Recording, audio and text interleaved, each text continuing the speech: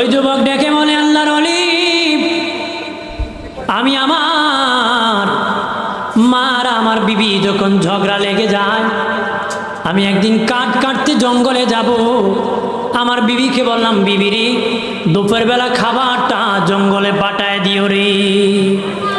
কিন্তু দুপুর হয়ে যায়, কোনো খাবার জঙ্গলে যায় নাই। সন্ধ্যা যখন হয়ে গেল, বাড়ি ফিরিয়া আসিয়া বললাম, বিবি কেন রে খাবার জঙ্গলে পাঠাও নাই?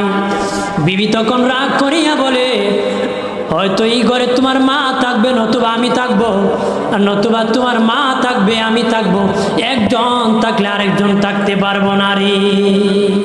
কি বলে? হয়তো তোমার মা থাকবে, নতুবা আমি থাকবো, দুইজন থাকতে পারবো, এরকম বলে কিনা? যেরকম আছে কিনা? তখন আমার রাগ উঠে গেল। আল্লাহর ওলি, শয়তান আমার উপর উঠে বসে গেল, আমার রাগ গুসা উঠে গেল। শীতের দিন আমার মা আগুনের কাছে হাত গরম করতেছে।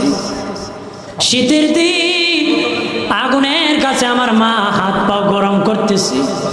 আমার মেজাজ গরম হয়ে গেল, লাথি মারিয়া আমার মাকে আগুনে নিক্ষেপ করে দিলাম। একটু চিল্লায় বলি না, আউযুবিল্লাহ।